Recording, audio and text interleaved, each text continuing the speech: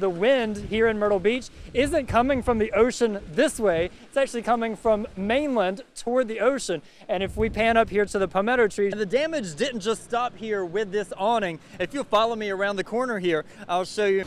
Hey Patsy, well so far so good. They've had a really good turnout here at this blood drive in Myrtle Beach. You can see back here. They also have today some t-shirts, these long sleeve special edition winter t-shirts. I'll actually take you this way. You can see down here just a few tree limbs. I'm gonna ask this lady here if she is still without power. Do you guys have power at this point? No power. It's been out for about an hour? Does that sound right?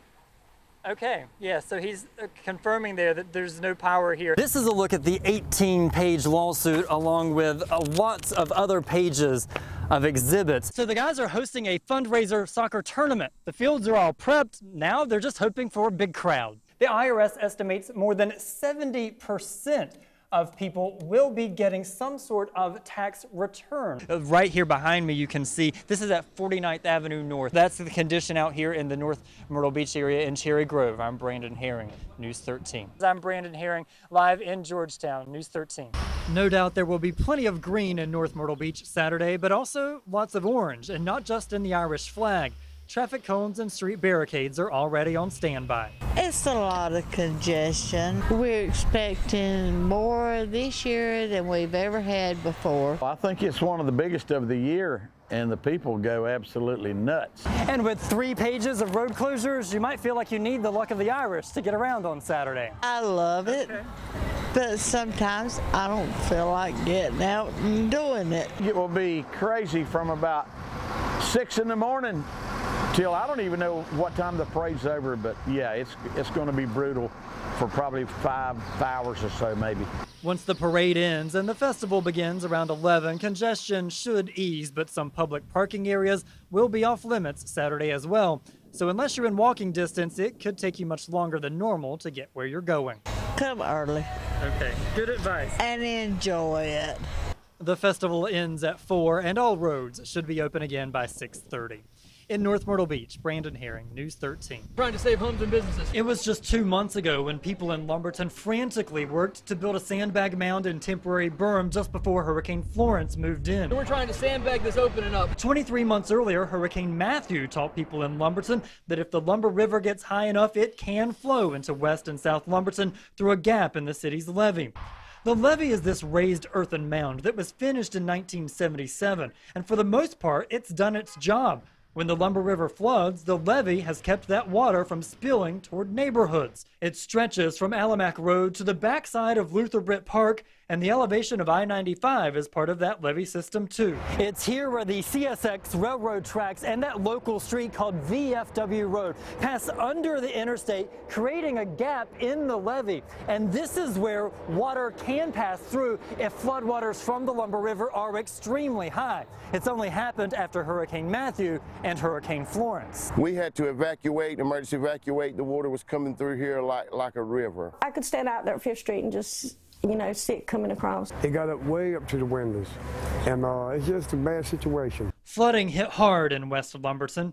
People here have heard there's now a plan to build floodgates in the levee gap over the railroad tracks in the street, something Jonathan Butler fully supports in case there's another big rain event. Without the floodgate here, it's just going to wipe this community out again and again and again and again. A state report published in May indicates a plan to plug the gap was part of the original plan for the levee drawn up in the 60s. A 10-foot wide earthen dike was to have been constructed in the area, though the improvements never made. Not during construction in the 70s, and not 3 decades later when Matthew hit. The flooding Matthew brought was a wake-up call, prompting city leaders to pick up the plan for floodgates. But it took nearly 2 years just to find money to move forward. With no floodgates in place before Florence, sandbagging was the backup. Floodwaters from the Lumber River eventually made their way through again, though. There's nowhere for the water to go but through there. Despite some concerns, the CSX may have held up the sandbagging or even been unresponsive to the floodgate plan. Several city leaders now tell me CSX supports the plan and is cooperating. That is great. West Lumberton hopes that the city of Lumberton can work with CSX to get this done for us. Without the floodgate, we don't have a chance. Maybe to keep the water out of my house, I won't have to keep running every time a hurricane season comes. But I hope it don't affect the other side of town. I really do. With concerns like that in mind, there are plans for an extensive study into how the floodgates could affect the area. There's already debate about whether the sandbagging before Florence helped some areas while hurting others. That's now the center of nearly 30 lawsuits, which is why no city leaders would speak to me on camera for this story. The floodgate plan is moving forward, though, and it's expected to be completed in about 2 years. Reporting for News 13, I'm Brandon Herring. Charities, right? Yeah, and we wanted to know when there are local agencies like that, there are local governments, rescue squads, any public agency, well, they have clearly published contact information. So how is it that money doesn't get to them? And is anything being done to get that money to the right place? Well, here's what I learned. The Johnsonville Rescue Squad has been at this spot on East Broadway Street for about 48 years, but even still, some people can't get the mailing address right. That's because mail needs to go to the squad's post office box. If not, the post office send it back, and that's probably what happened in this case. This case is how 2 insurance payments to the squad ended up in the state's unclaimed cash fund. We shared the total amount with Chief Tom Redmond. $182.95 and $537.48. What do you think about that? I think it's great. We'll apply for it. Together, just those 2 amounts, $720 and some change. And that will pay our diesel bill normally for a month. Chief Redmond says he could also put that money towards supplies. For example, he could buy about 13 shots of Narcan and likely save 13 people from heroin overdoses. But the Johnsonville Rescue Squad certainly isn't an isolated case. A simple search shows various departments in Florence County could have more than $3,500 in unclaimed money. The city of Florence, nearly $1,100.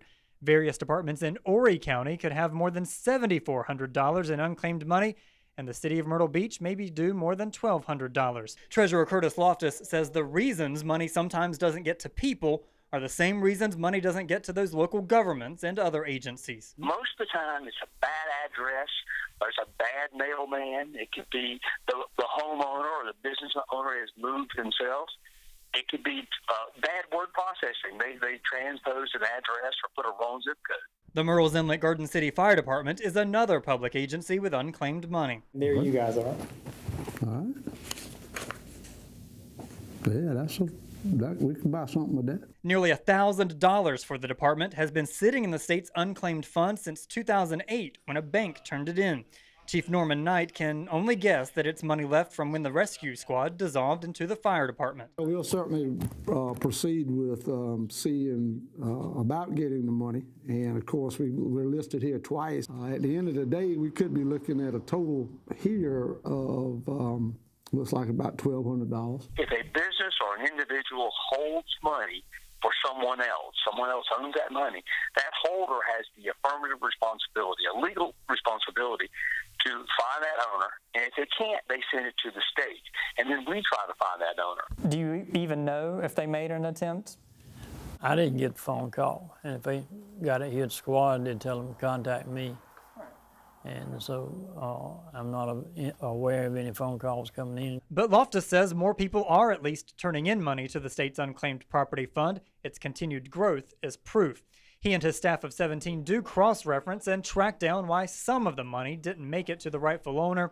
But even when the rightful owner is a local government or well-established public agency with obvious contact info, they can't possibly figure out the issue with every case. Everybody can do better. It's my job and my office's job to get out and make sure more people are aware. Now that Chief Redmond is aware, he's wasting no time claiming his squad's money. This week will not go out until we apply for that money. And you heard Treasurer Loftus there in that story on the phone talk a little bit about getting out there and letting people know how the money is available to them. Obviously, he joins us live here in our studio tonight because we're doing a phone bank, a live phone bank. You can see right here behind us people taking your calls. The number, if you'd like to call in, see if you're owed any money, 843-294-8432. Again, 843-294-8432. We've been kind of busy here, Treasurer, and you guys have also done in your office a little more than phone banks. This is a major part of getting the word out, but you've also done some efforts in trying to get some insurance payments to people a little more proactively. That's right. You know, we have. Thank you again. We appreciate it. Live in the newsroom, I'm Brandon Herring, News 13.